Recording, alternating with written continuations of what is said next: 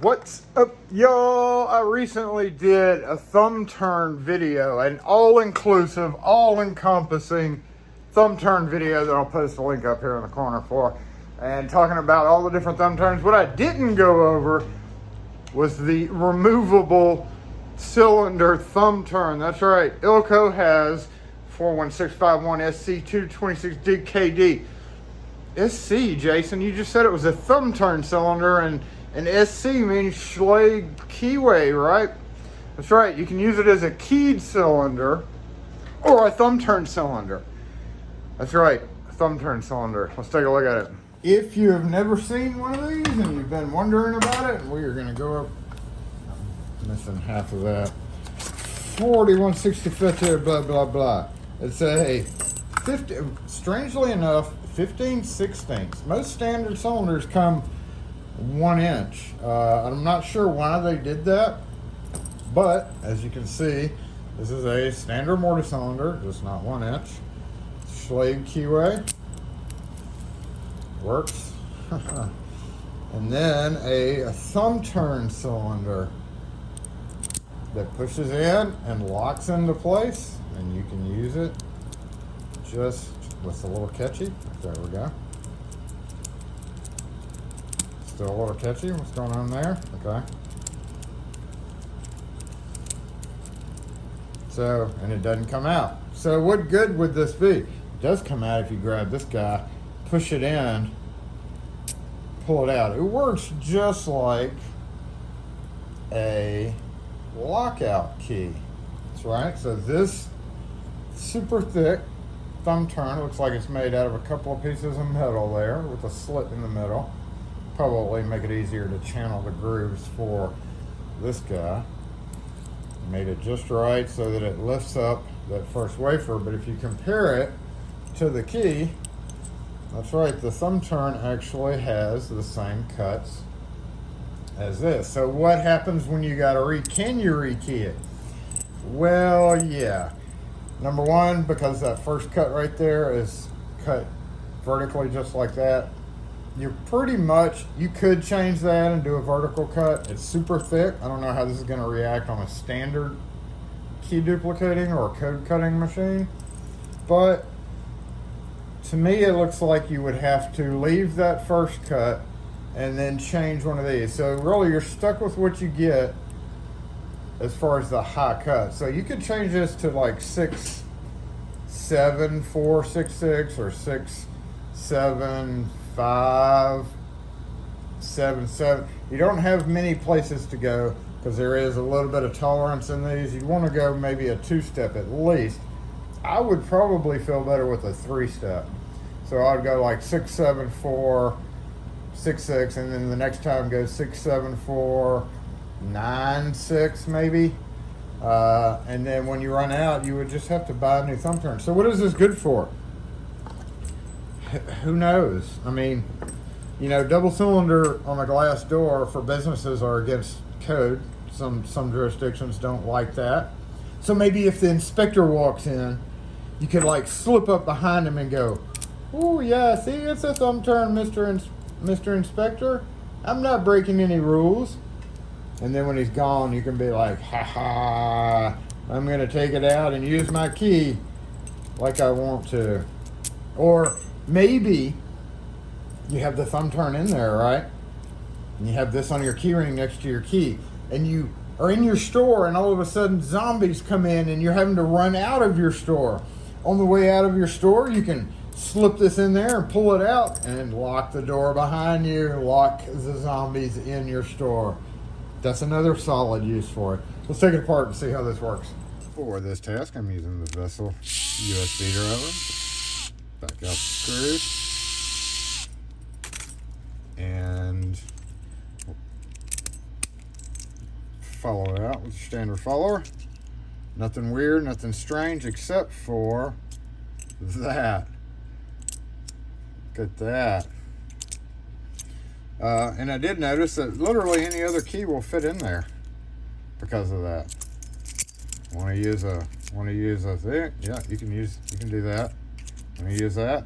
Yeah, you could probably do that.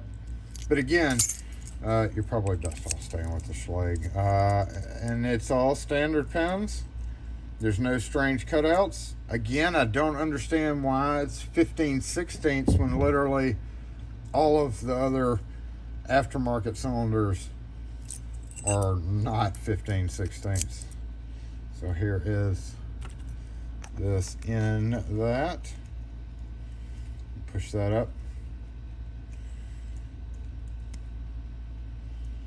Right, so there, you push it up.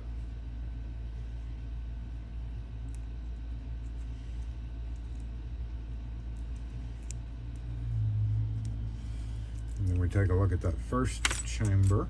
Where's a pair of tweezers? Oh, I need tweezers. Standard pins. No special weird cutouts or nothing in it. So again, depending on how the machine cut this guy, it won't come out without that, but we can pull it out that way. So boop, boop, boop, locks in. Push this in, raises that up, but lets you still pull out. Almost exploded the cylinder, y'all.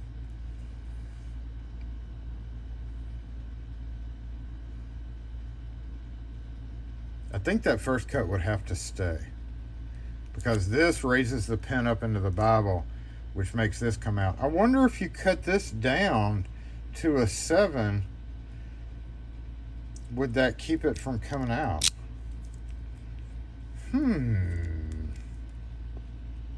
Well, let's see. And also, I'm just curious how that's gonna cut. That's super weird, super sketchy.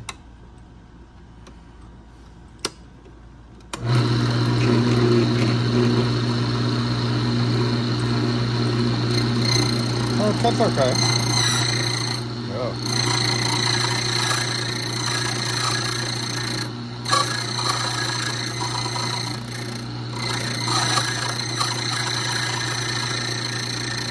I'm just wanting to know if it has to be descending cuts. And that goes up. We're gonna see. Let's go ahead and put this one in and change it to 7. Not great on the wheel.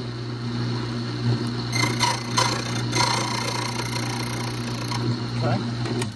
I may have just ruined my cylinder, y'all. Alright, so now we need to grab the plug out and drop that 4 pin and put in a 7 pin. It should be this for a regular lock, right? Yeah, okay. Boop.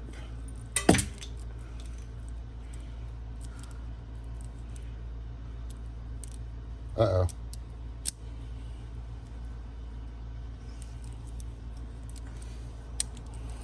It has to be descending cuts, y'all. That's not good. Hold on. What did I do?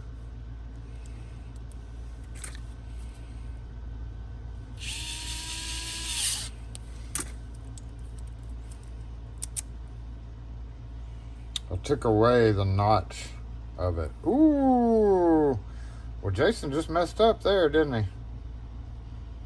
Well, so don't mess with the second cut. Maybe you can do the 3rd, 4th, and 5th cut.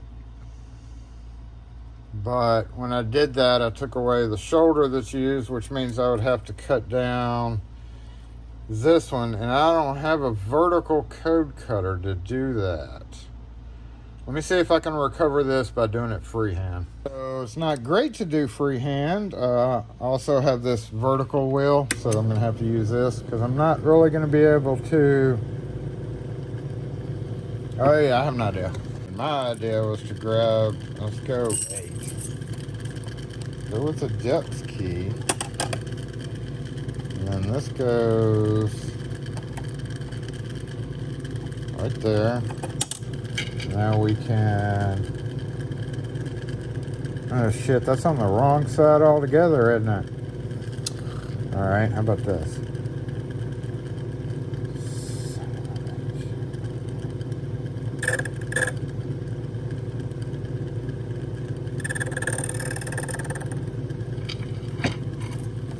Okay, that's not gonna work. We need to spin this around this way.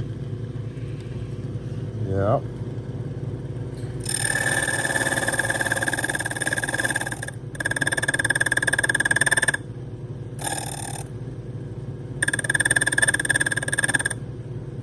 So one problem with this is we're not ever going to be able to get an accurate cut, I guess.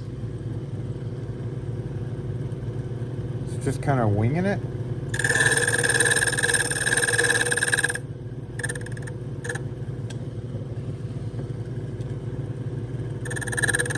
So don't cut the second one, y'all.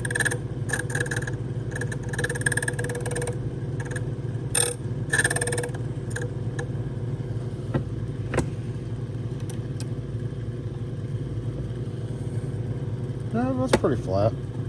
All right, let's see where we cut there. How are we going to trace this onto this, though? Shoot. Okay, maybe this. Nope, this. And then this.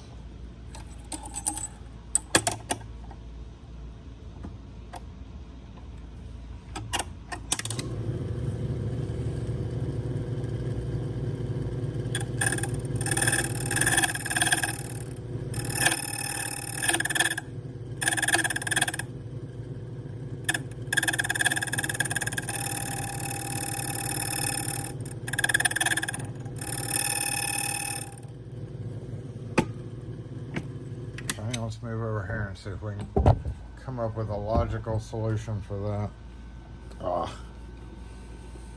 Just going to cut it down by sight, I guess. Just looking down and see what we can come up with. Maybe I did that in reverse. Is it 8? No. It's like 8.5. Nope. 9. Okay, so 9. Let's give it a try.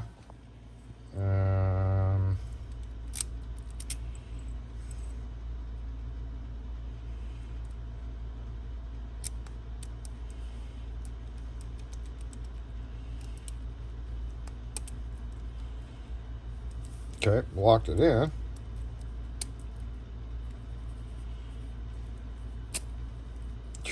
I didn't think about it not coming out, y'all.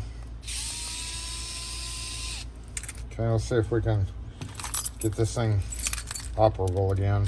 Just so you'll know, now we know not to mess with that last cut, or that first cut. First or second cut. Very limited use for this guy, for sure.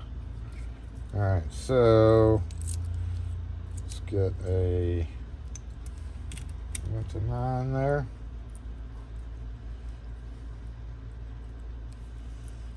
Let's see what happens.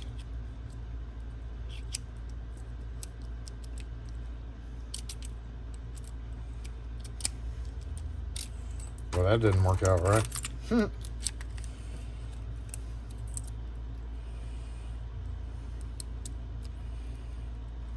We've learned what not to do in this video. I'm glad I was a test dummy for y'all.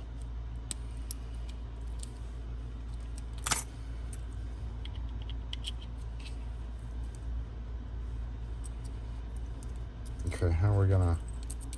Did I just put the wrong pin in there? I guess I did. Okay, try that one more time.